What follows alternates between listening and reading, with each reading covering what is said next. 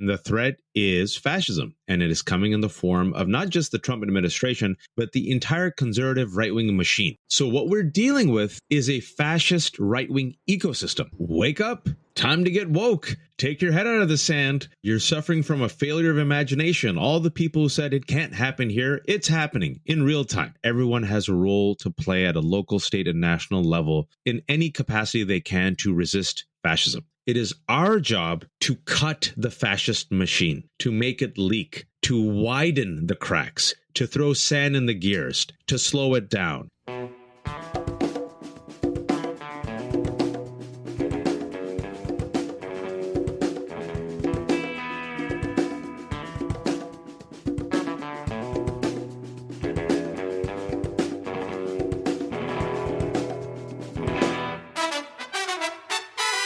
Welcome to episode 258 of the Refuse Fascism Podcast, a podcast brought to you by volunteers with Refuse Fascism. This is Sam Goldman, one of those volunteers and host of the show. Refuse Fascism works to unite all who can be united to join in mass, nonviolent protest and resistance in the streets and throughout society, growing to include millions and refusing to stop until we create such a profound political crisis that Trump cannot impose his fascist program or even maintain his hold on power. Big thanks to our patrons, everyone who shares the show, rates and reviews the show, and reps our merch. Every bit helps connect more people with Refuse Fascism. So after listening to today's episode, please write a review, give the episode a share, and check out our store. Today, we are sharing 2 interviews. First, we will share a conversation I had this past week with the editor of the Left Hook Substack and co-host of Democracy-ish, Wajahat Ali, and then an interview with artist Phil Buehler that also was a conversation that I had earlier this week. But first, very important, tomorrow, Monday, July 28th, we've been talking about it. I'm going to bring it up again. Tomorrow, we are launching No Business as Usual actions to call forth the mass noncompliance and mass nonviolent resistance needed to make Trump must go now a reality. In the future, they must say, in Trump's fascist America, in 2025, first they came for the immigrants. And millions of decent people said, no fucking way. In the name of humanity, we refuse to accept a fascist America. They said, Trump must go now. They refused to comply. They acted with such courage and conviction. They put their bodies on the line. They made so much noise and caused so much righteous nonviolent disruption in every institution and every corner of society that the regime was not able to impose its terror, was not able to govern the country. And they filled the streets and town squares day after day in the seat of power and all across the country with their demands that the regime must go. And they kept coming back and they kept coming back and they kept coming back until the regime was not even able to hold on to power. Tomorrow at lunchtime, blow the whistle on ICE. Join actions outside immigration detention centers, immigration courts, federal buildings, and other locations. Together, we will blow the whistle because the emergency is now. Trump must go now. We will blow the whistle because with the big fascist bill, ICE will become an occupying military force controlled by Trump and deployed to an even greater extent nationwide, especially flooding into sanctuary cities. We blow the whistle because we read the Niemöller poems and are paying attention when ICE brutally arrests a teenage U.S. citizen who is Latino and tells him, quote unquote, you've got no right. We know that they are not joking when they are recorded saying, we gotta shoot some of them, and brag about a quote unquote $30,000 reward. We will blow the whistle because no decent person can stand by as Trump's ICE Gestapo kidnaps our immigrant siblings, locks them in vile concentration camps where they are tortured in this country and across the globe, or deports them to a country they are not from and know no one. We are blowing the whistle on ICE, on their raids, on their kidnappings, on their terror. ICE is Trump's Gestapo, and because the scapegoating, demonization, and ethnic cleansing of our immigrant siblings is a battering ram to a whole fascist program. It's on us to shut it down. We demand shut down ICE, no military occupation, shut down the whole Trump fascist regime. Trump must go now. We will blow the whistle for Kilmar Abrego Garcia, for Espina Juarez, for Francisco Orozar, for Hilario Martinez Garcia, for Eduardo Nunez Gonzalez, and the thousands more who have been hunted down, including at immigration court, ripped from their families, including children with cancer, with unaccompanied children encouraged to self-deport, thousands who've been terrorized, disappeared, tortured, and sent to their deaths. This is who we do it for. And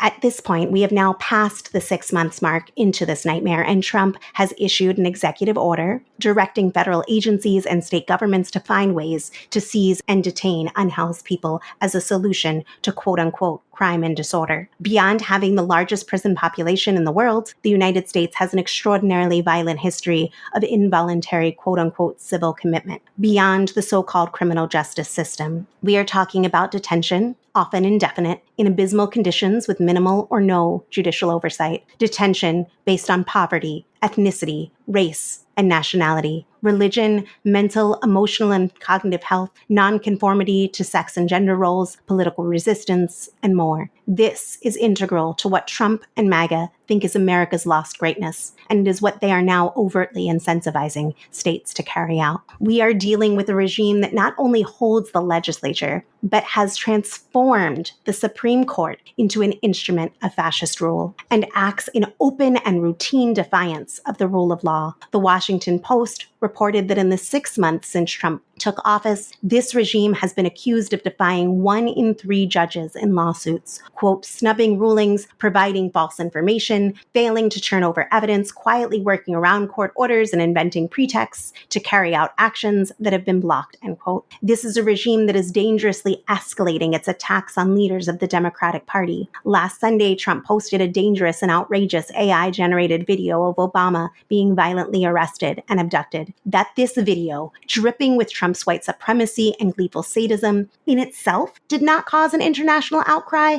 demanding Trump's removal from office, means we are far down the road to normalizing and accepting fascism. Tomorrow, we will blow the whistle because there can be no more business as usual when that business is cementing into place fascist rule. Tomorrow, we begin to marshal the mass non-compliance and nonviolent resistance that can grow into millions in the streets, walking out of schools, of work, refusing to let Trump rule, with all the horrors that entails. Just imagine doctors defying fascist bans to provide gender-affirming care and abortions, hospitals refusing to comply with state-mandated cruelty and instead saving lives, not obeying fascists, celebrities using every mic they get, from late-night shows to red carpets, to demand Trump must go now, and calling people into the streets to shut down the whole Trump fascist regime. Teachers openly defying book bans, teaching the true history of this country, celebrating diversity and resistance. Universities refusing to pay fines to the Trump regime, holding town halls and strikes to foster critical thinking and defiance in the face of that fascist edict. Tech workers walking out rather than building tools of surveillance and control. Local officials rejecting fascist laws and challenging their colleagues elsewhere to join them in doing the same. Business leaders ignoring censorship orders, not cooperating with ICE, and using their platform to denounce fascism. Whole cities standing up in mass refusal, mass nonviolent resistance. The hour has come for each of us to ask, if we do not act to stop this, what kind of people will we become? So find a lunchtime hour-long action at refusefascism.org and be sure to be back in the streets Monday at 6 p.m. Together for 15 minutes, we will make loud, defiant, joyful noise that can't be ignored with our pots, our pans, playing our music, blasting our car horns. In neighborhoods and parks, at metro stops across the country, we will disturb the air starting tomorrow night, calling everyone in earshot to join us. We will do this again on Friday, August 1st, then Wednesday, August 6th, then every Wednesday, and soon every day. We are mobilizing on the scale to bring the fascist machinery of this regime to a halt, to build up now the networks and organization to prepare for the time, as I said before, that must come soon, when we are millions acting together in that relentless nonviolent protest that comes back day after day, night after night, that refuses to stop until the Trump fascist regime is removed from power. So once more, visit refusefascism.org to find actions near you or see the show notes.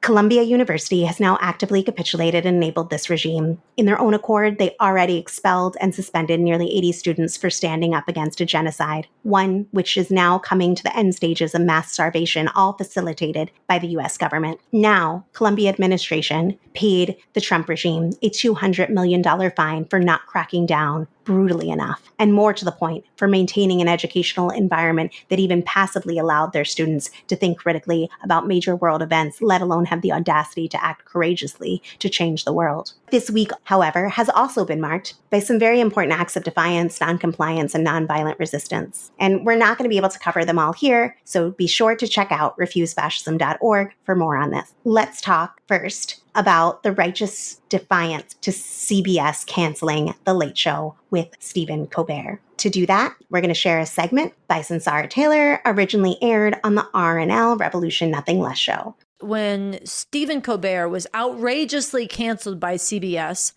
in a way that really stinks of fascist capitulation, a capitulation to fascism, refusefascism.org immediately called an emergency protest in New York City outside the studio where that is filmed. Not enough people, but a good crowd of people turned out, including comedians and performers and others. And we want to show some of the footage, a few of the voices who spoke out and some of the crowd. And it gives you a good vital sense of the message and the mission of Refuse Fascism and how it resonates and needs to be built upon. Over the weekend, it sunk in that they're killing off our show. But they made one mistake. They left me alive. And now for the next 10 months, the gloves are off. Yeah. A crowd is protesting the canceling of The Late Show with Stephen Colbert here tonight. Just days after it was announced the top-rated late-night comedy show was ending. The demonstration outside the Ed Sullivan Theater was led by a group called Refuse Fascism. President Trump has been a frequent target of Colbert's nightly monologue, and the show's cancellation came on the heels of Paramount's $16 million settlement with the president. Protesters today question the timing. We are trying to wake up the people. Too many people are accepting this and saying, you know, Colbert will miss you. Actually, we can't accept this. This is illegitimate. I haven't really protested much in my life, but this is so important. I don't like losing our democracy.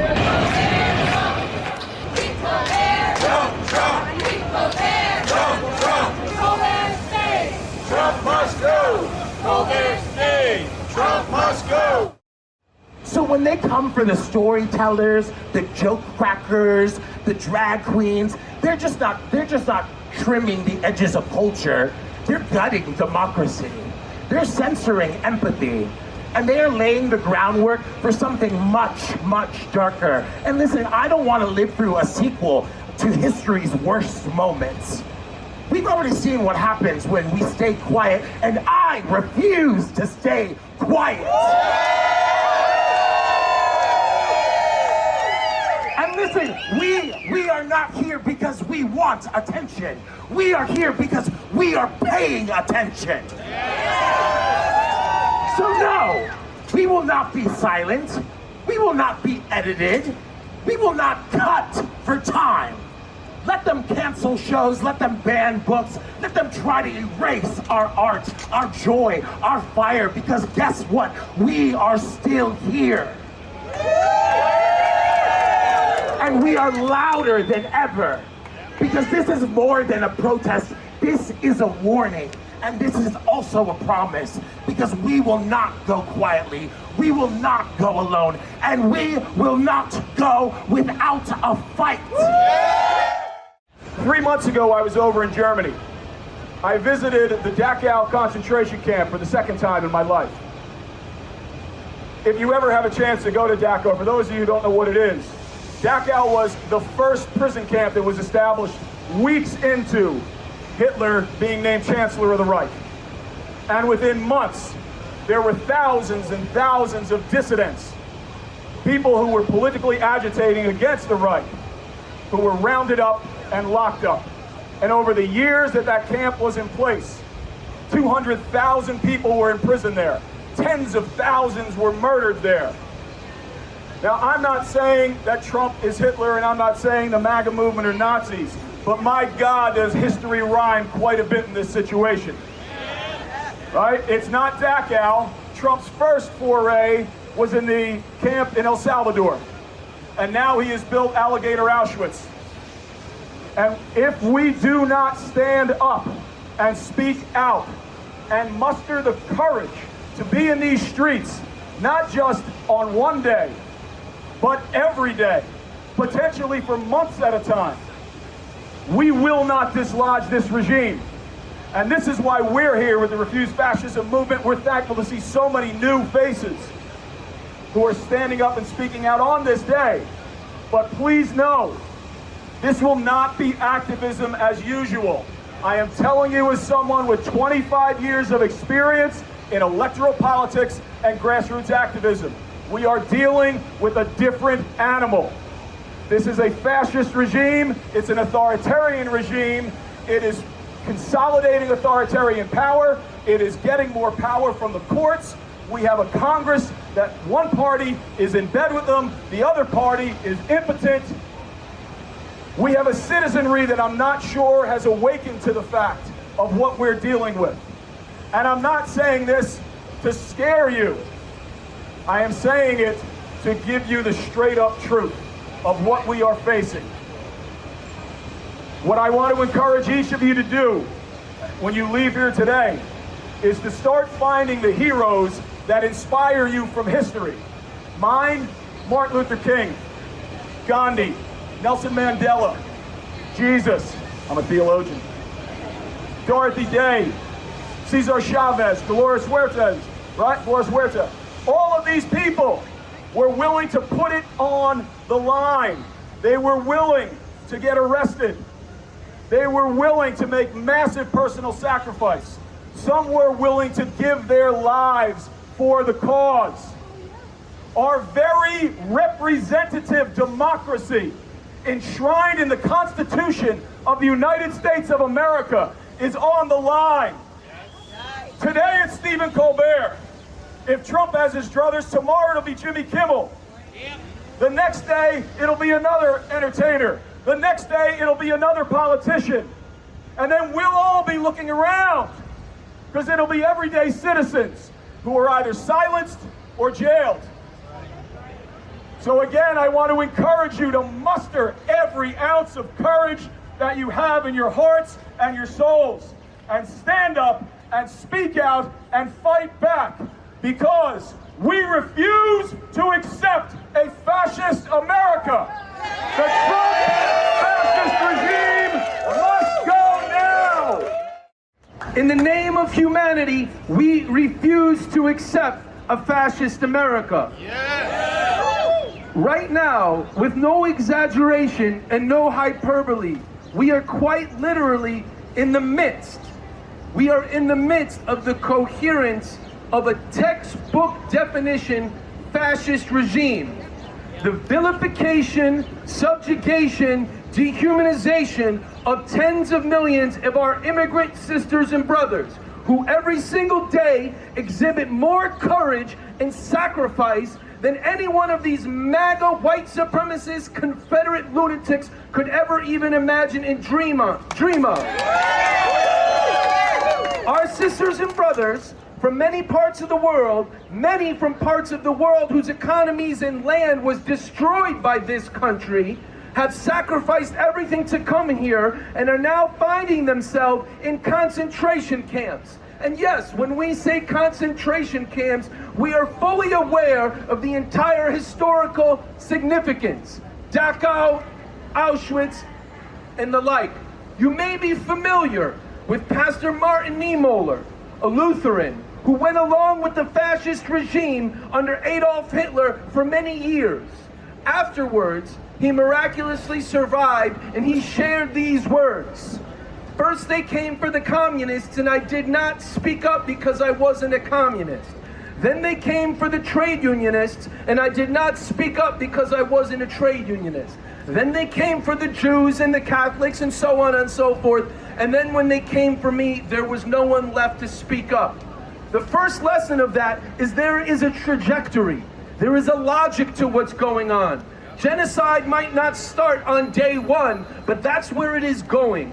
When you look at what they are doing with the burning of our planet and the evisceration of any restrictions on the burning of fossil fuels, when you look at what they are doing to tens of millions of our immigrant sisters and brothers, when you see what they are doing 3 years into the evisceration of the right of a woman to an abortion in this country, and then you couple that with the degradation and complete dehumanization of trans people, of the LGBT community, and their virulent, vicious, lunatic, idiotic white supremacy and hubris, the parallels to Nazi Germany are insufficient. That's the bad news, my friends. The bad news is when Refuse Fascism says, in the name of humanity, we are not talking just about us. We are not talking about just Americans. We are talking about an existential issue for all of humanity. The future of humanity hangs in the balance. People around the world, thankfully, are starting to hate this country and the people of it even more than maybe they did before. The good news is that there are tens of millions of people. This is not hype. There literally are tens of millions, probably more of them who hate this than who like this that's going on. Right? You understand what I'm saying? Yes. Get off the couch. Yes. Stop the doom scroll. No Democrat will save you in 2026. No Democrat will save you in 2028. If any Democratic Party people want to join us in the streets, they are welcome. We are not excluding that.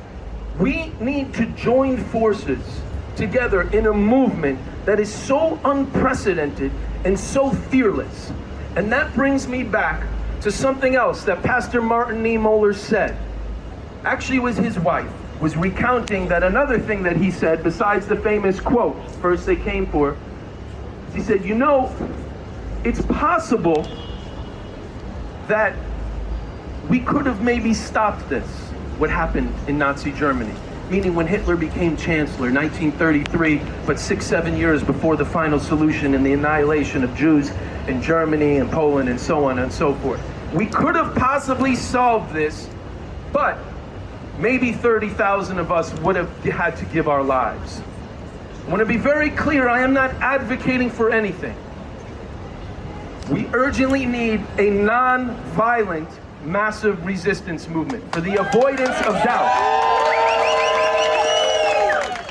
That being said, the time is now for the time is now. Now. Not I want now.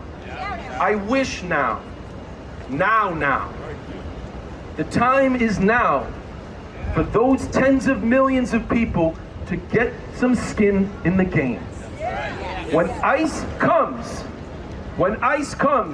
no more 50 people outside protesting. 5,000. In New York, in Oxnard, in Boyle Heights, all across this country. I want to give some love to all of you out here today. Give some love to the organization Refuse Fascism, which is a coalition effort. In other words, anybody can be part of it, who since 2017 has been calling this for what it is, a fascist regime. We need to join forces and put our bodies and hearts on the line like we've never done before. And before I go, I want to say this. For all the people over 65 in this crowd and across this country, make some noise. There is no retirement in the ranks of the movement to drive out fascism. So all of the older folks who've been in the streets for the last 3 months, make some noise for everyone. That being said, we must reach into the hearts of the young people, the under 25, of which I am not part of. But we need them to be on the front lines right now. And there's starting to be stirrings of that. There's starting to be stirrings, but we need them to put some skin in the game and to learn what they don't know and to follow their conscience and to drive the Trump regime out in 2025. For more from Refuse Fascism's action outside the Ed Sullivan Theater and at CBS's office in New York, see our social media at Refuse Fascism or our YouTube. Next, cheers to the blistering, irreverent creators of South Park, Trey Parker and Matt Stone, for a masterclass in defiance and noncompliance with fascist edicts and those who abet them. They had just scored a $1.5 billion deal with Paramount and yet used their 37th season premiere, Sermon on the Mount, to skewer Paramount's cancellation of Colbert, the rise of Christian nationalism, the demonization of those who give a fuck, Trump's strategy of using lawsuits to intimidate critics and bludgeon dissent, and much more. And comedy satire isn't the only arena of defiance that we've seen this week. Listen to these healthcare workers who joined a weekly rally outside the ICE processing center in Burlington, Massachusetts this past Wednesday. Immigration raids are scaring both immigrant patients and immigrant healthcare workers whose status in the U.S. may be at risk. That's according to a group of doctors and nurses who came together to protest against ICE. NBC 10's immigration reporter Oscar Margain is live outside the ICE processing center in Burlington where a rally took place. Oscar, what kind of impact are these protesters talking about? Well, Glenn, rallygoers tell me that the impact is on patients and on the industry. They say that the healthcare industry here is still reeling from the effects of the pandemic, meaning worker shortages. Now, these are legal workers we're talking about who say they fear that they will suddenly be out of status and become a target for deportation. A growing weekly rally in front of the Immigration and Customs Enforcement offices was joined by a group of healthcare workers calling for an end to immigration raids. The way that ICE is persecuting and prosecuting immigrants in our country is shameful. Doctors and nurses say the impact of ICE operations is being felt at clinics and hospitals. Dr. Brett Lewis says about 1 in 5 workers in healthcare are immigrants. Not only are our patients afraid to come into clinic, they're afraid to get prenatal care, they're afraid to call 911, but also our colleagues are afraid to come into work. In Massachusetts, more than 40% of nursing home staffing is immigrant, according to the National Institute of Health. Many, like Meleda Cruz, who was born in El Salvador, are working legally under temporary protected status. At any moment, they can tell us, it's gone and you have to go back, which is scary. Patients supposed to come for a yearly physical. They're 12 years old. They're not. Or they're very sick and they're elderly. They're not coming in. Dr. Scott Gilbert can't help but draw parallels between the fear that his mother and her friend, Holocaust victim Anne Frank, saw in Nazi Germany and what he is seeing now with ICE. The ICE Gestapo out in their thousands, just picking people up during the day, right, covering with masks. That's no different than what my mom and millions of others experienced during the Hitler-Nazi period. Now, this sort of uncertainty can also be felt in other industries. Now, last month, the Trump administration established a temporary Office of Immigrant Policy, and it's meant to help industries reliant on immigrant labor, but it's still uncertain or unclear how the rollout of this program will look like. Reporting live in Burlington, Oscar Margain, NBC 10 Boston. And last, but certainly not least, yesterday, Saturday, July 26th, Refuse Fascism led a march from La Placita Alvera past the Federal Detention Center into the community of East Los Angeles, where our immigrant siblings are being hunted, disappeared into detention camps, and terrorized by a lawless and grotesque federalized military force loyal only to Trump's MAGA fascist regime. The march was led by justice-loving people, including clergy, artists, and dedicated activists, in a joyous, determined, nonviolent march that not only let people know they are not alone, but there is a movement determined to stop this fascism through growing acts of noncompliance that confront this fascist program, aiming to do nothing less than defeat it. Here is a powerful speech delivered just before the march kicked off by Reverend Dr. Richard Rose. Trump must go now! Trump must go now! Trump must go now! In the name of humanity, I am a concerned citizen of the world. I refuse to accept a fascist America. Now, when I was growing up, there was no doubt about being concerned about one's neighbor. It is only natural to care about those people who you share living space with. In Christianity, there is a famous question that causes everyone to think deeply. The question is, who is my neighbor? And the answer is, a good neighbor is one who cares about those who are in need. And what is taking place today in our neighborhoods and communities is unsettling. It has become difficult for me to sleep, and my thoughts are dominated by this subject. How can we allow the government to steal our families from their homes? How can we allow parents to be taken from their children because they were not born here? What does all this mean in terms of what we call a just society? And I was born and raised in Sacramento, California. I was educated in Orange County, my undergraduate degree. I went to the East Coast and became a clergy person. Came back out to California and in the IE in Claremont received my PhD in philosophy. My research has to do with what it means to be a global citizen, a member of the Christian faith, but yet connected to all of humanity.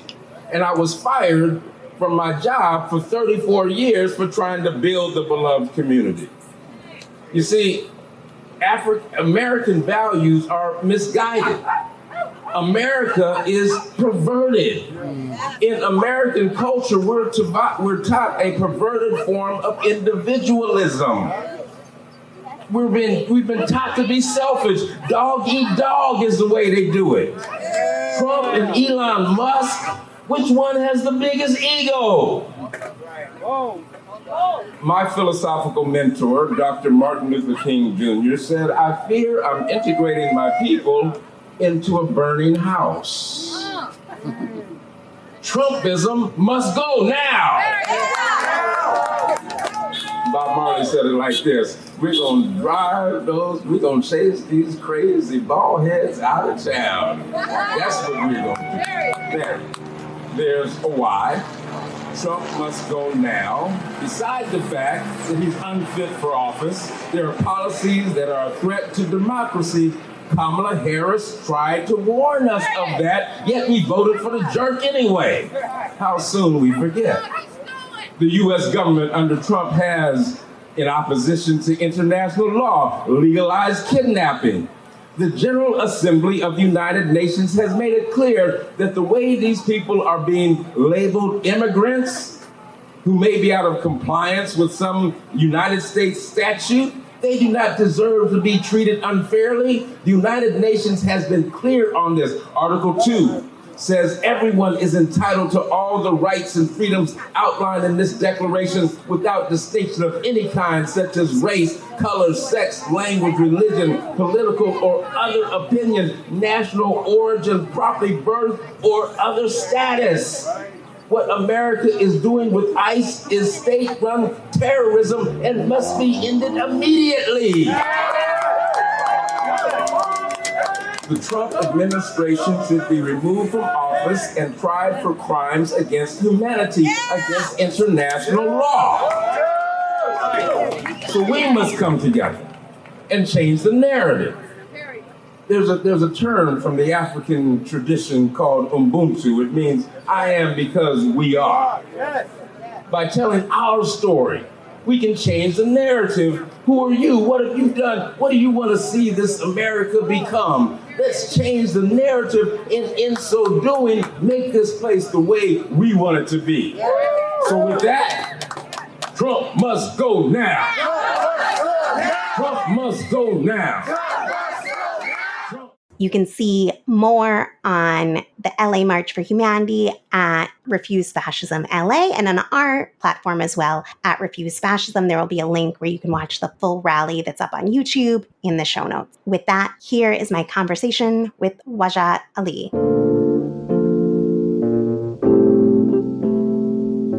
Today, we're welcoming back Wajahat Ali, author of Go Back to Where You Came From and other helpful recommendations on how to become an American. Wajahat is the author of the Substack newsletter Left Hook, co-host of the podcast Democracy-ish, contributor to Zetio, where he continues to challenge the rise of fascism, the complicity of so-called polite society, with a sharp insight, humor, and a deep commitment to multiracial democracy. Welcome, Waj. Thanks so much for coming back on. Sam, thank you for having me. I wish one day that we don't have to speak, or we could talk about something else like cats or toys or TV shows we like to binge watch. And then you can rename the Refuse Fascism podcast to Fascism is Dead. Hooray podcast. But we're not living in those times, are we? We're in the year 2025 where I believe it is time, it has been time, and I think you'll agree with me, to name the threat. And the threat is fascism. And it is coming in the form of not just the Trump administration, but the entire conservative right-wing machine. And if you don't name the threat and acknowledge the threat, then how can you defeat it, Sam? Exactly. It's the you go to the doctor to get a diagnosis, not just to know what it is that you have going on with you, but so that you can properly treat it. And right now, for some time, people continue to use many, many euphemisms to describe what really is a cancer that needs to be really removed from our body, and this body being the United States. So I really appreciate your willingness to name it and your willingness to name it in the service of stopping it. We have, for some time, I think both of us have been warning that the window is closing, that there comes to be a point where it's too late, where too late isn't theoretical anymore. The mechanisms for protest and redress within the government, they disappear. And we see that further down the line than we would like to see already. We've got ICE raids like Gestapo sweeps, a SCOTUS that puts Trump above the law, and violent threats against anyone who speaks out. And I'm just wondering, what do you say to the people who are still waiting for clear warning? Honestly, what do you say to those people right now? Wake up. Time to get woke. Take your head out of the sand. You're suffering from a failure of imagination. All the people who said it can't happen here, it's happening in real time. And if it wasn't the masked armed ICE agents terrorizing LA, if that didn't do it for you, well, maybe it's Donald Trump pardoning 1,600 insurrectionists, the violent ones. Maybe that'll do it for you. Oh no, maybe it's the Supreme Court. Just right now, breaking news. I don't know if you saw, the Supreme Court lets Trump fire consumer product safety regulators. Because, of course, another one of the series of wins Donald Trump has gone from the Supreme Court through emergency rulings.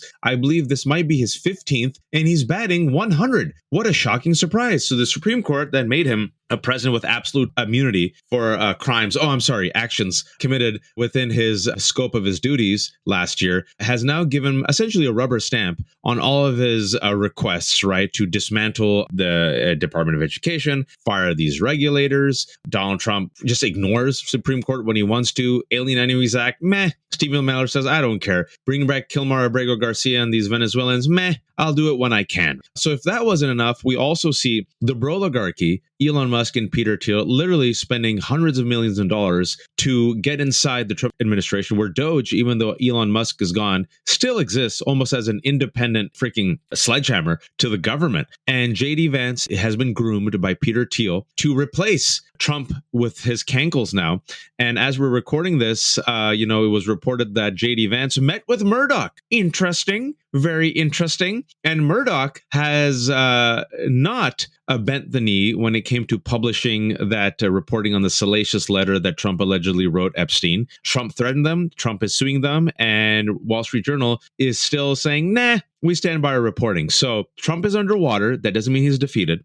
We see J.D. Vance being groomed. We see the billionaires passing this bill that guts Medicaid, adds $180 billion to ICE, which makes ICE the 16th largest army in the world, essentially, the most funded. The ICE budget has a budget greater than the military budgets of entire foreign countries. There's now going to be 10,000 ICE agents, more private prisons, more detention centers. There's going to be bodies, Sam, in those detention centers and private prisons. America already incarcerates 2 million people. So who do you think is going to go in those detention centers, folks? Detention centers and private prisons are hungry. And now we're seeing essentially slave labor being used, right? We saw the LA fires. There were incarcerated people fighting those fires. So Medicaid's gone. Regulations gone.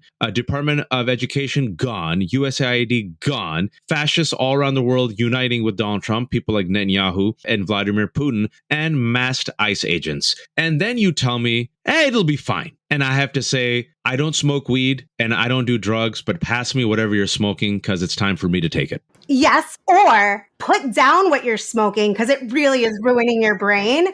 And yeah. Open your eyes, right? It is frustrating for Sam because I was talking to Mehdi Hassan earlier today. He did this now viral debate on Jubilee. For those who don't know Jubilee, it's an outfit that creates these viral moments and they have one person debating 20 people in a circle. Mehdi Hassan, progressive, takes on 20 far-right Republicans. He had no idea that there were actual fascists and Nazi sympathizers in the audience. It wasn't just one or two. I recommend everyone go see the video. It was like a majority of them. And the reason I'm bringing this up, Sam, is that according to masochists like you and me who have followed MAGA and the right wing, that is not an outlier. That is part and parcel of the modern Republican movement. That is not the extremes. That is the norm. And FT, Financial Times, not a flaming leftist outlet, did an analysis of right-wing movements and groups, and they showed that the right wing in America, the Republican Party, is so far right that's even further to the right than China, and it's only matched by Russia. So what we're dealing with is a fascist right-wing ecosystem. It's not just Donald Trump, it's not just the GOP, but it's also the right-wing media.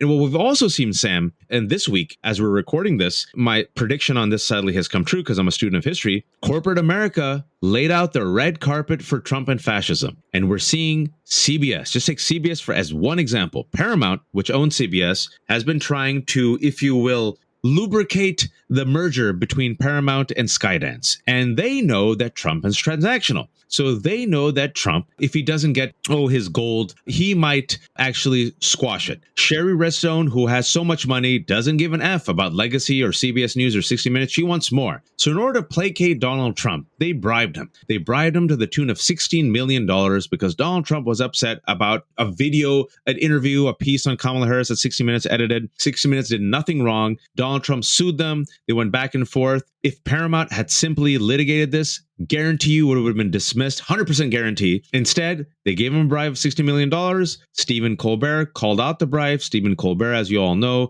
hosted CBS's Late Show. And then 3 days later, Paramount announces that they're canceling the entire show. And then they said, Sam, ratings. And then voila, some of us dug and realized that Colbert has better ratings than Kimmel and Fallon. So do you think it was about the ratings? No. And I just want to connect the dots for folks. I've been following this story, this merger for a while. 60 Minutes is the crown jewel of CBS News. In its 60 Minutes, nearly 60-year storied career, it has only had 3 executive producers. The last one, Bill Owens, voluntarily resigned about 2 months ago to protest Paramount meddling in 60 Minutes editorial independence and to sound the alarm to his colleagues in the press. Then the CBS News chief was forced to resign. Then Paramount paid off Donald Trump. Then Stephen Colbert was canceled. And I don't know if you saw this just depressing news yesterday, Sam. It was reported that the president in waiting, David Ellison, wants to buy Barry Weiss's Free Press for $200 million and essentially make Barry Weiss the maven of CBS News. This has happened before in fascism and it is happening now. Sorry for my rant. I really appreciate you walking it through. And I think that people,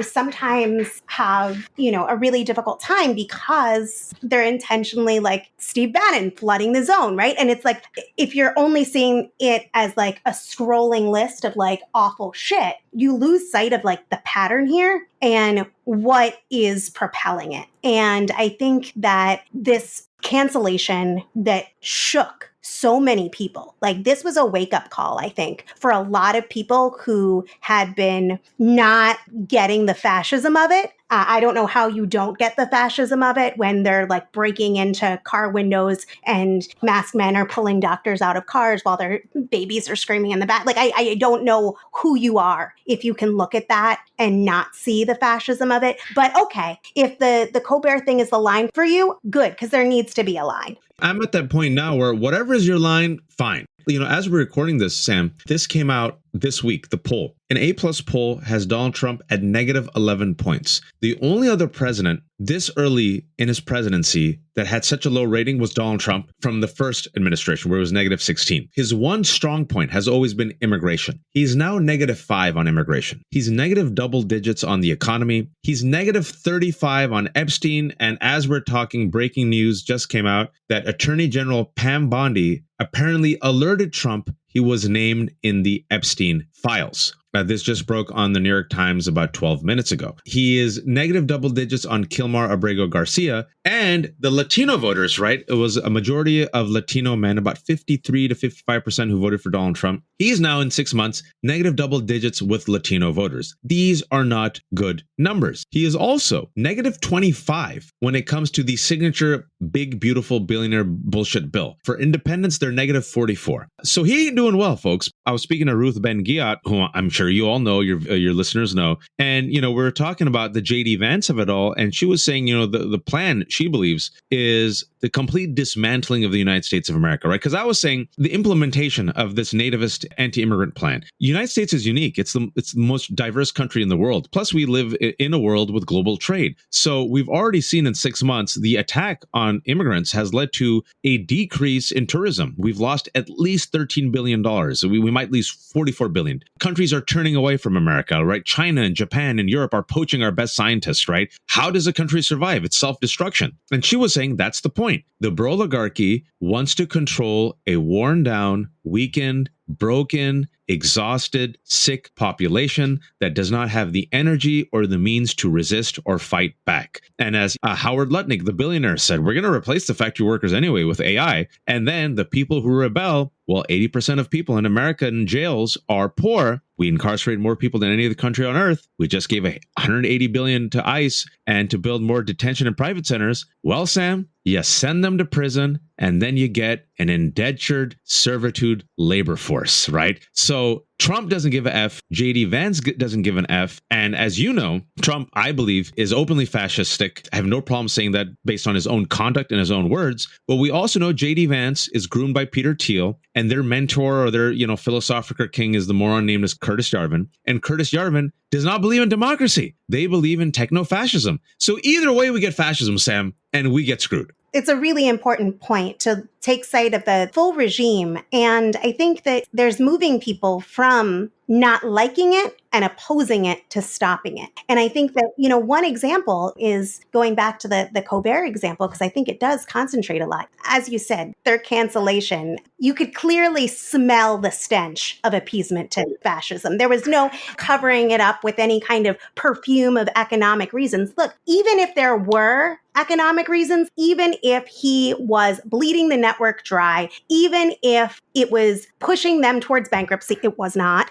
But if it was, canceling for economic reasons would be unconscionable. In the face of advancing fascism, even if there are financial considerations, this is the time to support dissenting voices, not to cancel them. And I just think it speaks volumes. It's all bullshit, Sam. I really appreciate you giving them like some, benefit of the doubt or some plausible deniability. But first and foremost, it's an institution. Second of all, you have a stake in the ground when it comes to the late night wars. Okay, replace Colbert with someone else, right? But also you realize, no, he does have the highest ratings. He beats Fallon and Kimmel. It's not just to placate Trump. I think it's even more insidious, Sam. What we've seen throughout history, and even in Nazi Germany, who was complicit with the Nazis? The industrialists. Hey, don't let a little genocide get in the way of good business. And by the way, folks, some of those industrialists were prosecuted and convicted of war crimes. Just saying. But I do believe, based on what we've seen and the reports that we've seen, even with Ellison, trying to buy Barry Weiss in the Free Press, which is a salon for the privileged to whine about the woke. That's all it is. And by the way, I want to say this because, I I kind of knew Barry. I talked to her a couple of times. It was always civil because when we were at New York Times, I was contributing op-ed writer. I think she was an editor. Barry's a woman. Barry's a lesbian. Barry's married to another woman. Barry is a Jew, a proud Jew who's very pro-Israel. Folks, you might want to think about your partners. You might want to think about who you're getting in bed with, because these folks, and if you don't believe me, just go watch the Jubilee interview with Mehdi. They are very anti-Semitic. It is core to their conspiracy theories about the replacement theory in QAnon. They believe that it's a cabal of Jews, Zog, Zionist-occupied government, that is using black people and Muslims and immigrants to weaken and replace white folks. They also don't like the gays, and they really kind of don't like women. Sam, we've always seen this. You know, we had Muslims vote for Trump. You always see chickens for Colonel Sanders in your own tribe. But the point I was trying to make is by getting rid of Colbert and bringing in Barry Weiss and by neutering CBS News, to me it seems clear that the Broligarchy, and in this case, Sherry Redstone, the oligarchy, it's women also, I think they want fascism, Sam. I think they like the techno-fascist utopia. I think they want the masses to shut the F up. They want to destroy unions. They don't want resistance. They don't want to be inconvenienced. And, you know, if there's a little genocide or a little fascism, a little, you know, breaking of the Constitution, as long as I'm making my money and I'm not inconvenienced. That's what I think. What do you think, Sam? I think that for the majority, yes, at least now. And that may change. I agree that the biggest lie of fascism is its inevitability. The biggest lie is that everybody gets in line and this happens. And I don't think that it's inevitable. I think on the trajectory we're on, it's much more likely than not. And I think that it's much more likely that Trump lives another day. And I mean that, just to be clear, I mean politically lives another day, despite whatever scandal hits him, and not to reduce traumatized women and girls to scandal, that he's able to just muster through. I think that that's unfortunately more likely. This notion that people want so badly that MAGA will self-destruct has been proven wrong and wrong and wrong and wrong again. But that doesn't mean that there isn't something for us to gain through those cracks, right? That doesn't mean that like we can't seize every opportunity possible. Like I totally believe that. At the same time, like let's not live in fantasy land, people. Like let's be real. I wanted to ask you on those lines about how we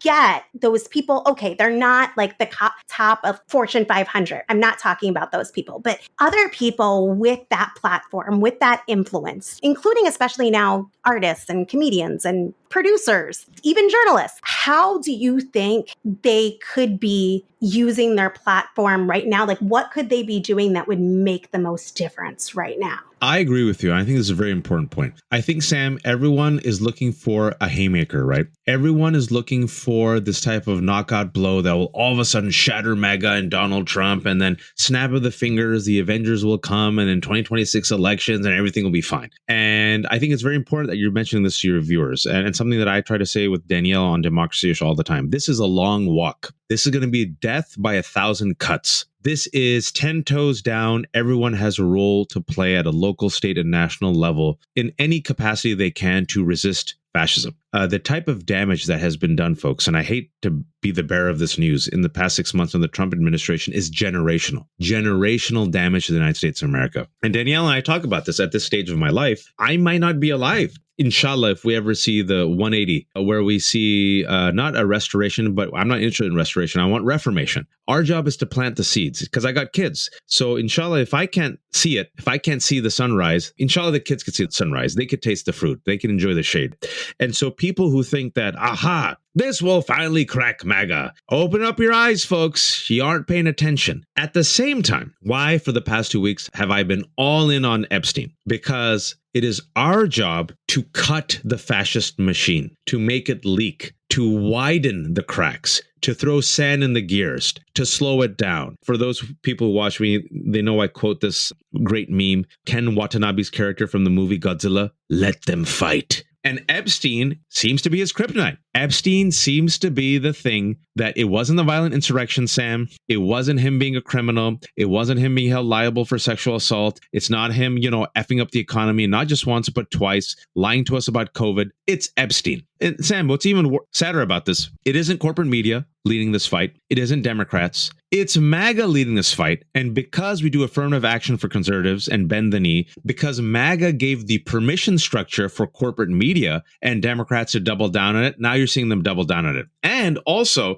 I have on another screen, apparently Rupert Murdoch's Wall Street Journal confirmed that Trump is in the files. So this is what I see, Sam, is a sharpening of the knives. I think Rupert Murdoch and some Republicans see that Donald Trump is underwater. He's not healthy. He's not doing well. I'm not saying they're going out full Julius Caesar. I see the knives being sharpened. And then once we found out that last week JD Vance met Rupert Murdoch, and suppose Trump goes down, whether it's health or what else, it's not like the Broligarchy is going to go down. I don't underestimate Peter Thiel and Elon Musk and all these other guys. JD Vance is their guy. I do think JD Vance does not have the love or the support of MAGA. So what I believe what's going to happen if Trump goes down or if he gets sick or if he dies is you're going to see a Julius Caesar type of shivving within MAGA. They're not going to like get less radical. Oh, no.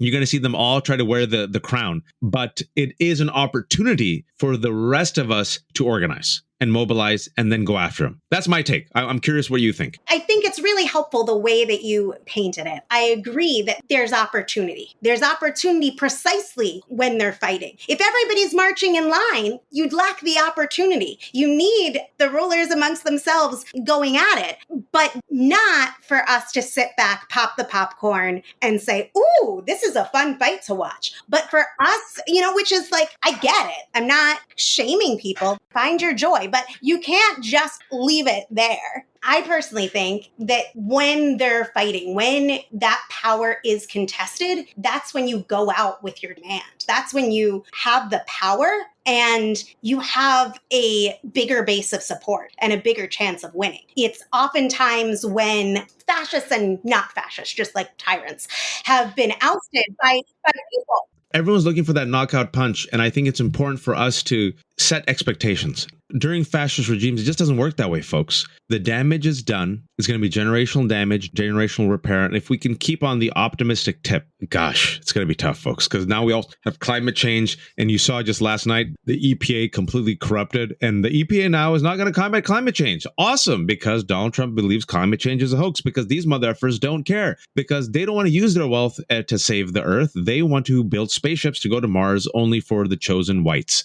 You think I'm joking about it? You have not paid attention to the techno-fascist narratives and ideologies that influence Musk and Thiel. I'm not making that up. But we have a lot of challenges. But Sam, I do think people need to prepare themselves that we have to kind of win back step by step by step by step. And inshallah, then it adds up. I think electing the right people. Now, this is my take. Well, it's not just my take, but it's a take of, I think, Amnesty International. And increasingly, it's going to be the United Nations and also scholars of genocide. There's a genocide happening in Israel. They're literally starving Palestinians to death. As we're recording this, a report came out that yesterday, 22 Palestinians' children died from starvation. More Palestinians have been killed. Yes, skeletal children are filling hospitals. Yep. And now you have press agencies. The AFP press agency says their colleagues are starving. So even journalists are starving. And then Palestinians who have come to food aid distribution sites since May, they've literally been picked off by the IDF. More Palestinians have been killed at food aid distribution sites in Gaza since May than all the Israelis who were killed by Hamas on October 7th. And according to Haaretz, a reporting, the IDF soldiers said that they were commanded by their superiors to shoot and, quote, it's a killing field. It's one of those situations, folks, where, we're witnessing change. And you saw 2 weeks ago where Benjamin Netanyahu, the war criminal who is responsible for this genocide, visited, I think for the third time, Donald Trump. And who took a photo with him, Sam? Bipartisan photo. It wasn't just Republicans. It was also Democrats. Schumer, Coons, Schiff, Klobuchar, Cory Booker looked like Where's Waldo? He tried to escape, but he was in that photo as well. And the reason why I brought this up is if the Democratic Party thinks that they can beat fascists with the same old, they got another thing coming. We need new leaders, Sam. We need a culling of the Democratic Party, right? So we need new leaders running for office who are against genocide, who are willing to call out fascism. And we need 10 toes down of everybody else to do their part. You can protest with your dollar, economic boycotts, strikes, the No Kings rally. The No Kings rally, folks, I saw those photos. A lot of old white folks. Don't discount these old white folks because many of them marched for Roe v. Wade. Many of them marched for gay rights. Many of them marched for civil rights movement. And they're at this stage of their life, may our seniors have long life. They're like, what the hell, man? You're telling me that at the end of my life, everything I fought for is going to be turned upside down? F that. So I think everyone who says, same old restoration, F that. We're not into restoration, Sam. This has to be reformation. And this needs to be 10 toes down. Yeah, I think I'd agree with the part of there are times where there has been dramatic change, where you wake up and the world is different. And unfortunately, because of when I was born, I've had that happen a lot. There are people like millennials have had that happen a lot. That can be both negative and positive. Yeah. You had made the 10 toes deep point. And I think that there's this forgotten idea or a myth that people buy. So much of the American perception of World War II, the fight against 20th century fascism, is based on good guys and bad guys. But one of the major difference between the Holocaust and today is that there is no major power in the world going, for instance, to stop the genocide. That's right. It just makes me think of when Trump said there's going to be a big show of force and he's threatening people who were going to protest his military parade in DC. And I was out with other people, not enough, but thousands of us were marching in DC on that day, peacefully, non-violently, and we were able to do so just fine. And one woman so beautifully, she said, "We're the bigger force. We're the bigger force." We got the numbers. I think that there's realizing what that means. Knowing that is part of it, but we got to act on the reality that we are the bigger force. And, thinking about we're not the first nation that's faced a tyrant. We're not the first people that have encountered this. It's never been on this scale, never in like the biggest superpower in the world. So I'm not saying it's totally precedented, but people have unseated leaders before. This is not unheard of. And if we're saying, oh, this is an emergency, then we got to get people acting on emergency footing and doing things that, look, aren't that comfortable to most of us, but the reality of what we face is hella uncomfortable. I appreciate the use of hella. It brings back my NorCal Bay Area roots. Thank you. Yeah, that's the reality. And my fear, Sam, bringing things back full circle, is as Trump gets more desperate, and I think he will get more desperate, he resembles a rabid rat to me, who, once backed into a corner, will chew and bite through an electrical wire, knowing full well that'll cause a fire that'll burn down his house. He'll sacrifice his kid. He'll sacrifice his mom. He'll chew through his own tail. He'll do anything and everything to survive. And my fear is, thanks to this big billionaire bill from hell, if he has 10,000 ICE agents who are acting as his personal Gestapo, what's to keep him, Sam, from declaring martial law, punting the elections, and then when people resist, saying, I'm going to invoke the Insurrection Act, and I'm going to do something that I couldn't do in my first term, in which Mark Esper and Bill Barr kept me from doing, is shoot unarmed civilians. And when he has massed armed ICE agents doing his bidding, well, folks, if you think it's impossible, you're suffering from a failure of imagination. Sorry for my rant, but I just want to kind of connect the dots. You got me going. It's an important connection. I think that your connection that you're making is spot on. I think that it goes back to that window that I was talking about, the emergency being now. There's this analogy that we've been using that's telling people to just wait, the elections will handle it, no need for concern, we just got to organize and deal with it then. The analogy being, it's like seeing somebody clutching their chest, having a heart attack, unable to breathe, and telling them, don't worry about them, they have a routine checkup next year. No, that would be unconscionable. You'd be calling 911, you'd be getting an ambulance, you'd be giving them support right now. And we are in the equivalent of that. And I think that part of what you're talking about, of the danger that's coming, where you don't have the right to protest, where you don't have the right to dissent, the time to use that right is while you still have it. People should still act and resist for as long as they can, but we don't want to be putting people in our attic. We want to be acting, we want to be acting 4 months ago, but we'll take now. And I think that that's kind of switching people to going from fear and paralysis and moving them into stop complying and start resisting. I think that is a shift that we still have to help people make. And it's in that spirit that I wanted your honest take on how do you get millions of people, which it would take tens of millions, but how do you start with millions stopping to comply, to really engage in the mass nonviolent resistance? Is there a path from the TikTok fury to the actual action that's needed. Otherwise, I fear that we're just going to be stuck in doom scrolling while Rome burns. Gore Vidal said we live in the United States of amnesia, and we have a very self-centered country where I think the color green trumps all other colors. As such, I think when people start hurting, when it affects them and their bottom line and their families and their communities and their neighbors, that's when they wake up. And I think Donald Trump has overplayed his hand. Stephen Miller has overplayed his hand. Within 6 months, they're sending masked armed agents to terrorize innocent communities.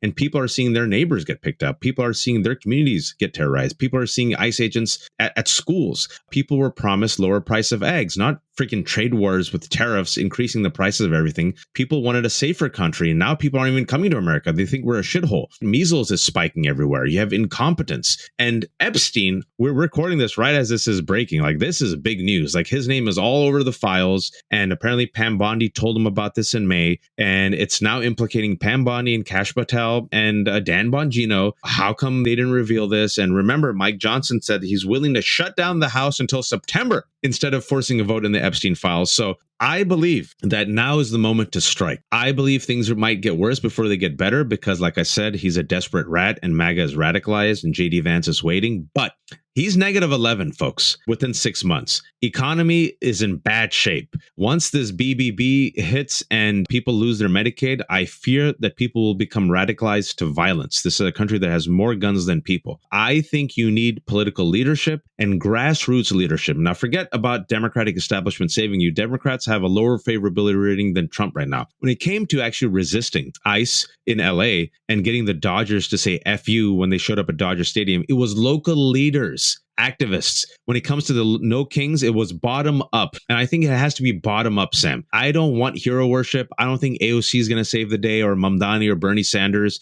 To me, politicians are tools. I don't worship any of them. You use them, and once they become dull, you replace them with another tool. But I think local, there's more of us than there are of them. I'll give you an example. Republicans have worked on a local strategy for years. They get a few people who are very zealous, organized, they come in, they take over school boards and city councils. You give me a flabby moderate majority versus an ideologically committed, passionate, organized minority. I'll take that minority. Why? Because that minority will carve through us like butter. If you actually get the majority to mobilize and organize, we got the numbers.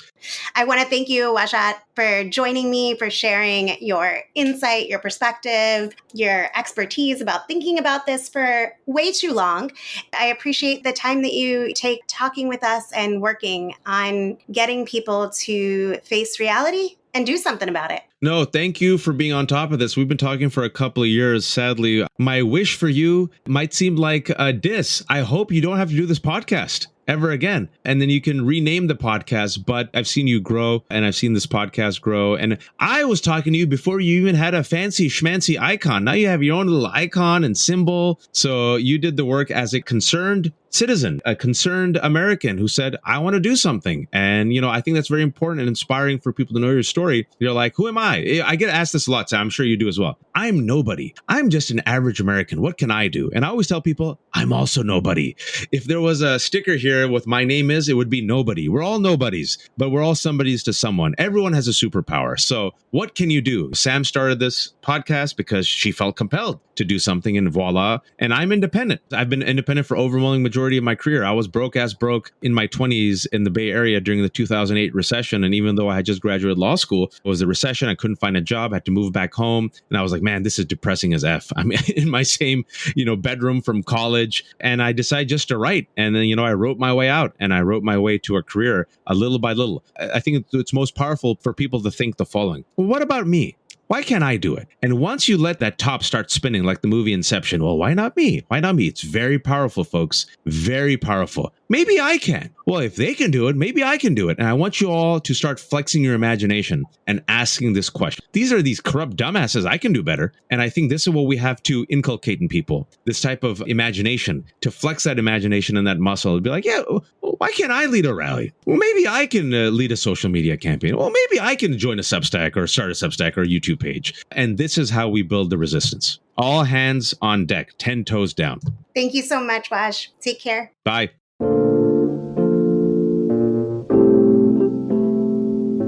Next, here is my interview with artist Phil Buehler. Insert.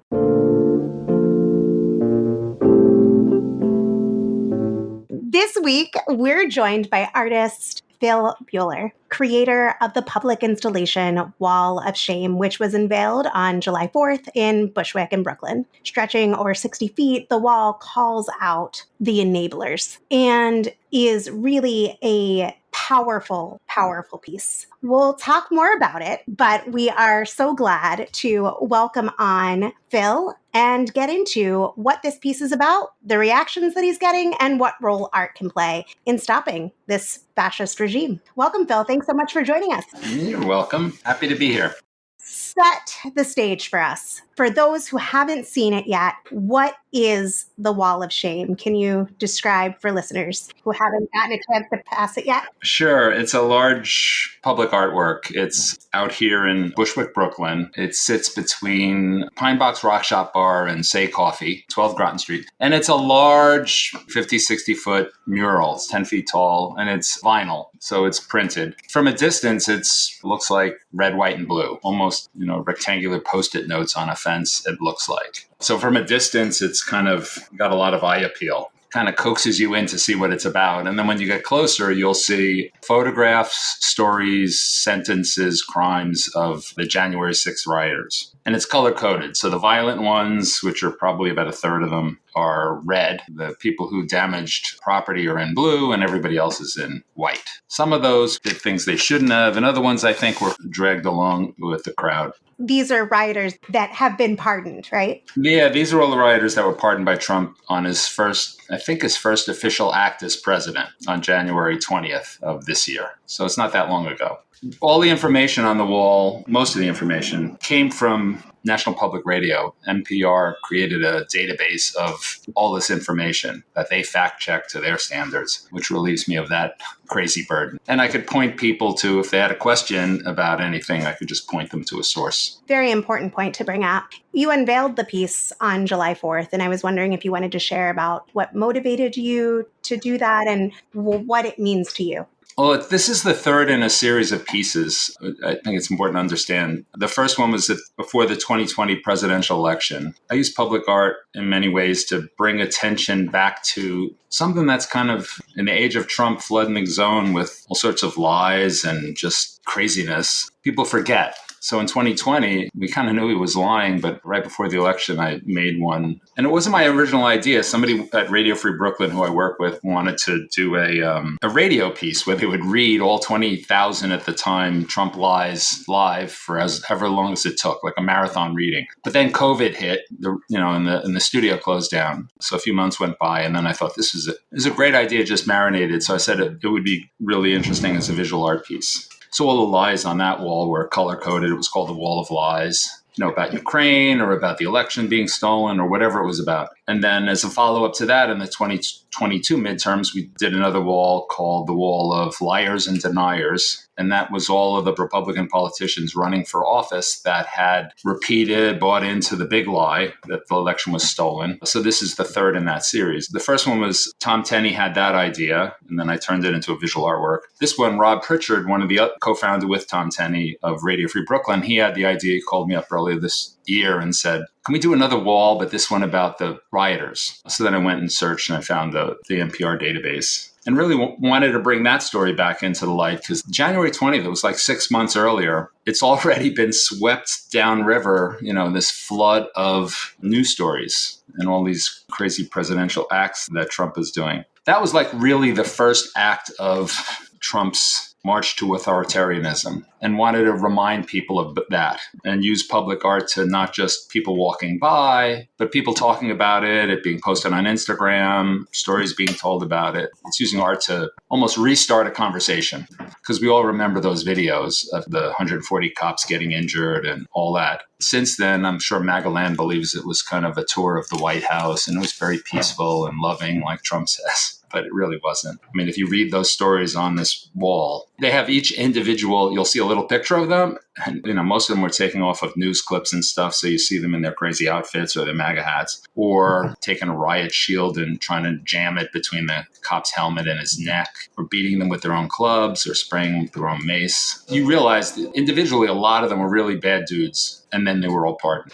I think it's an incredible reminder of that we in this country experienced an attempted coup. And I think a violent attempt, like he unleashed his mob, and that did happen.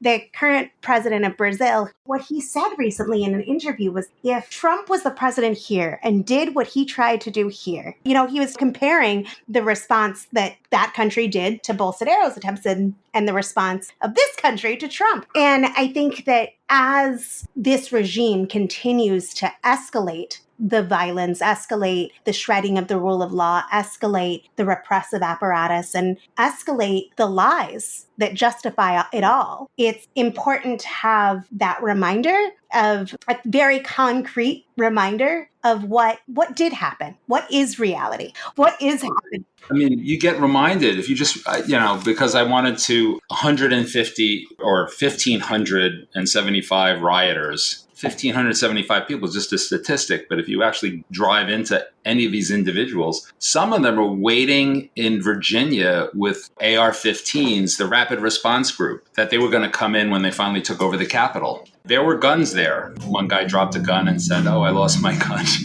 And 140 cops were injured. It wasn't this peaceful thing. So it's really, we came pretty close. There could have been consequences. He was impeached. And then like Mitch McConnell comes out and says, well, that should be in the civil courts, which had already been packed with Trump's, Supreme Court justices who McConnell enabled by not letting Obama appoint the last one. You see what he's doing in Fox News. His base is, if it's not OEN or Fox, it's something much worse. If it's not Fox, it's something much worse. That's all there is now. I know.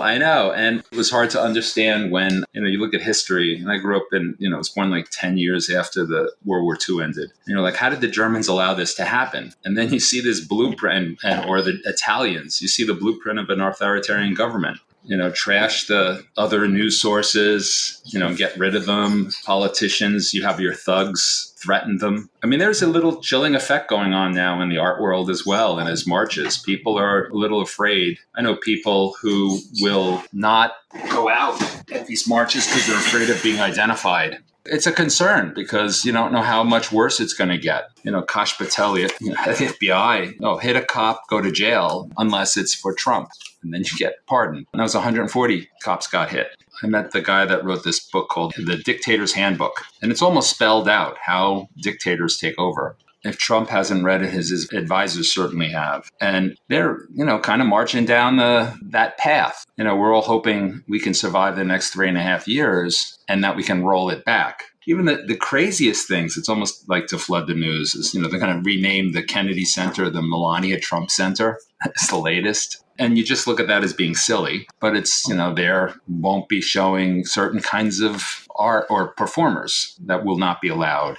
National Endowment for the Arts, I'm sure, is going to have different rolling back LGBTQ rights all around the country in the military. It's so going backwards. And all because, I don't know if it's 20% of the country, if you got a lock on 20% of the country, then you can control the Republican Party of voters, and then you can control the country. And I'm hoping he's doing things that, when the pendulum eventually swings back, that we can't undo and fix again. And then put things in place that make sure that doesn't happen again. Because I don't think the founding fathers ever envisioned a media savvy guy like Trump pretty much dominating, and social media. Who could have anticipated that? They anticipated a lot, but I don't think the antibodies in our system were able to stop that virus, that bacteria. I think that what you were saying about this all-sided assault on every core democratic right, every basic norm that has cohered this country since its founding, or that have been fought for and won, which is the product of the majority of rights in this country. The really regressive, violently regressive fight that he's waging is one that you have to look at soberly. And I think that there's a real legitimate fear that instead of this being just the worst of politics as usual, that he's able to lock in this form of rule. And if he does, and if this does become entrenched, then getting rid of it from within becomes extremely difficult, if not outright impossible. So I think that acting in the way that you are, in a way that is projecting reality, that is projecting this is what's happening, this happened, this is real, and that isn't self-censoring is extremely important because the attacks are real. People are getting canceled. The Colbert thing is real. His attacks on Kimmel are real. His AI videos of Obama being arrested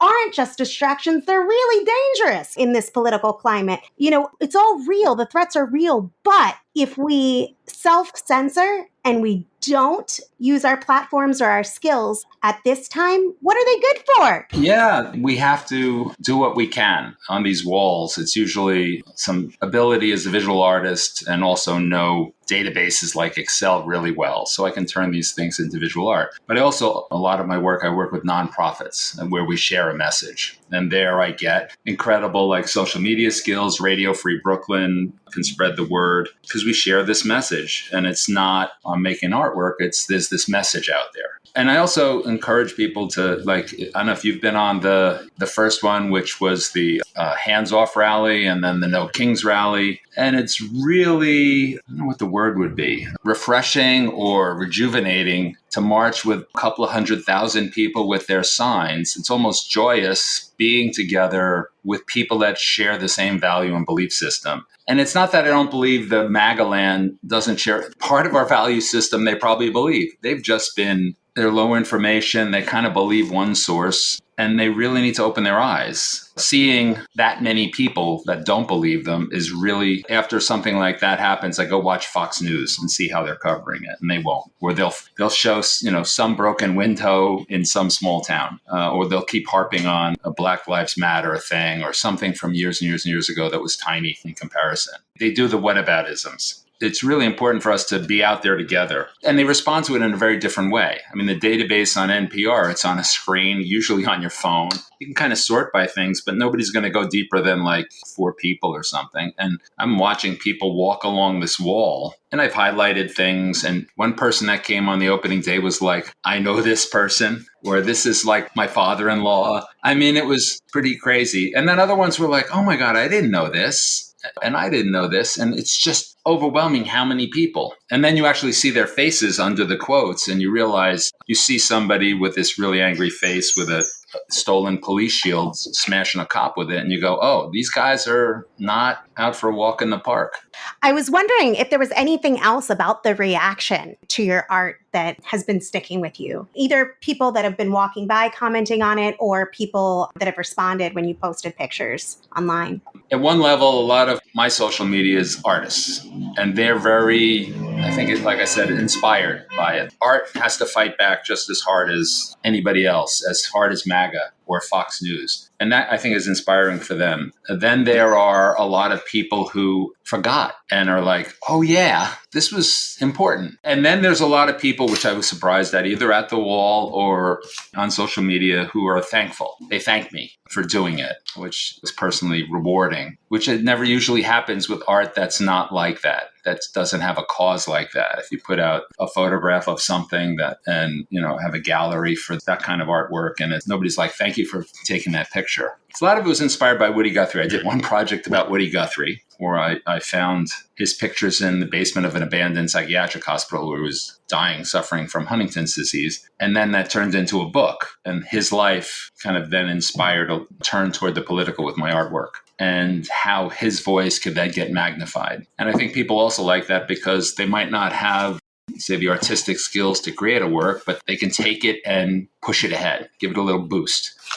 Which I'm shocked at. Like, somebody on social media posted a story about it and they got 500,000 likes for their story, which blew my mind. Somebody else I just saw today got 40,000 likes. And I'm like, these are not big newspapers. That sharing is part of this. It's the Pete Seeger, Woody Guthrie, like, let's sing this song and continue it. I didn't write it, but let me propagate it. Let me spread the word. So that's, I think, maybe I'm putting a seed out there and hoping it spreads, or replanting this thing, because it's just, as I said, this happened 6 months ago and we need to be reminded of it.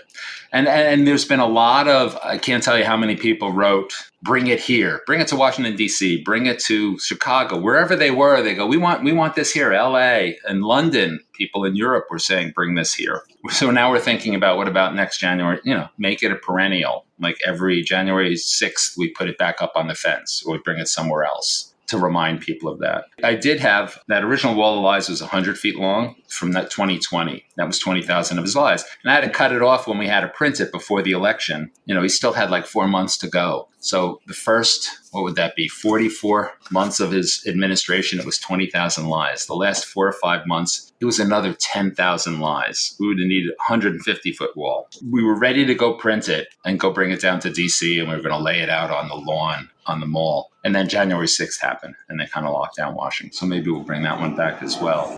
January 6th is going to be like, December 7th, 9/11. It's going to be one of those days, I think, when the smoke clears and even MAGA land, that's passed and their fearless leader has moved off the stage. I think that'll be one of those moments in our country's history that will matter one way or the other. We do hope it kind of is this aberration or this thing that made us stronger. In the interest of people keeping the spirit of spreading going and growing, for folks who want to see more of your work, is your Instagram the best place for them to go? I'm not the biggest Instagram poster. There's a lot of my work on there. And then there's a link tree with other links. But my website is modern-ruins.com. So that's kind of multiple bodies of work. One is I've been taking photographs of abandoned places. I'm trying to put them all together in a book right now. So they'll learn a little bit about that called The American Journey. And it's really about these places that if you scratch the surface, and some of them are just factories, they've been torn down or buildings, but other places like Indian boarding school or a Japanese internment camp, the piers on the Hudson River where gays had to go because the police wouldn't go there. So it's all these places where people were marginalized as almost not Americans. So I've revisited a lot of places I photographed in the spirit of Woody Guthrie. It's like, the American Journey, it's like 2 steps forward, 1 step back. Is gay marriage going to get rolled back? They'll learn a little bit about my work that way. I do these immersive, walk-in photographs of places. I try to take people to places they would never go. In Ferguson, where Michael Brown was shot, to Ukraine to see what's going on over there. I went to a Trump rally to photograph a big immersive, 360, and then printed that 8 feet tall, and it surrounds you as you walk into it. The wildfires in Altadena, Flint, Michigan, where the pipes were, the Republican legislature there put the wrong chemicals into the water, so the lead leaked into the water system there. So a lot in Nogales, Nogales, Mexico, Arizona, the border wall, families reaching through the fence that are separated. Yeah, my work is taking a very political turn. But I think people are looking for that kind of expression. And I think art, it does it differently than if, we're talking, that's one thing. If you see it, it's going to be another thing. It's going to go into your head, your eyes, your ears, somewhere with a friend. And my work, it's a photograph or it's this database made visual. I allow people to find the truth in that. This is a place. Go stand there. Look around. This is this wall with all these things. Go read them. I didn't make them up. I just got them from a database that was fact-checked. One group of people call it fake news, but it's not really. And I don't think they would ever take the time to look at it. You could call up any one of those people or investigate that thing. It's real. So yeah, that's where they can find more of my stuff. Well, thank you so much. We'll put a link to that in the show notes so people can see more of your work. Thank you for your work and for taking the time to chat with me. Yeah. Can I do one little thing, one plug? You can see it on the thing is I'm wearing my Radio Free Brooklyn t-shirt. It's more, there's 70 shows on that's range the spectrum. Some are talk shows, a lot of music shows. It's out here in Brooklyn, but it's an internet radio station that's broadcast all over. So this has given them an angle of advocacy, these kind of public artworks. It's funny. I'm like the resident artist at a radio station, which is visual artist at a radio station. That's awesome. So take a look at that or listen. Take a listen to that. Yeah, take a listen to it. We will definitely put a link to Radio Free Brooklyn in the show notes. Great. Thank you so much. You're welcome. Thanks for listening to Refuse Fascism. So I hope to see you in the streets tomorrow, Monday, and this Friday, August 1st, and going forward every Wednesday, growing in size and determination. Once again, be sure to visit refusefascism.org so that you are connected. Your support is urgently needed to get the message of this show and this movement organizing on a whole different level, influencing millions. So I encourage you to give today at refusefascism.org. Just hit that donate button or text support to 855-755-1314. You can also join our Patreon community at patreon.com/refusefascism, where for as little as $2 a month, you keep this show going and fighting against this fascist nightmare.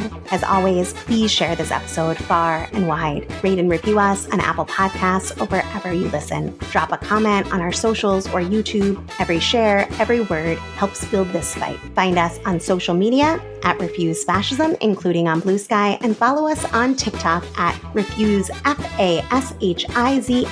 It's also in the show notes. Much appreciation to Mark Tinkelman, to Richie Marini, to Lena Thorne for their amazing work producing the show. We will be off the next 2 Sundays, and we will return with a new episode August 17th. Until then, stay connected by visiting our website, refusefascism.org, and following us on the socials. Until then, in the name of humanity, we refuse to accept a fascist America.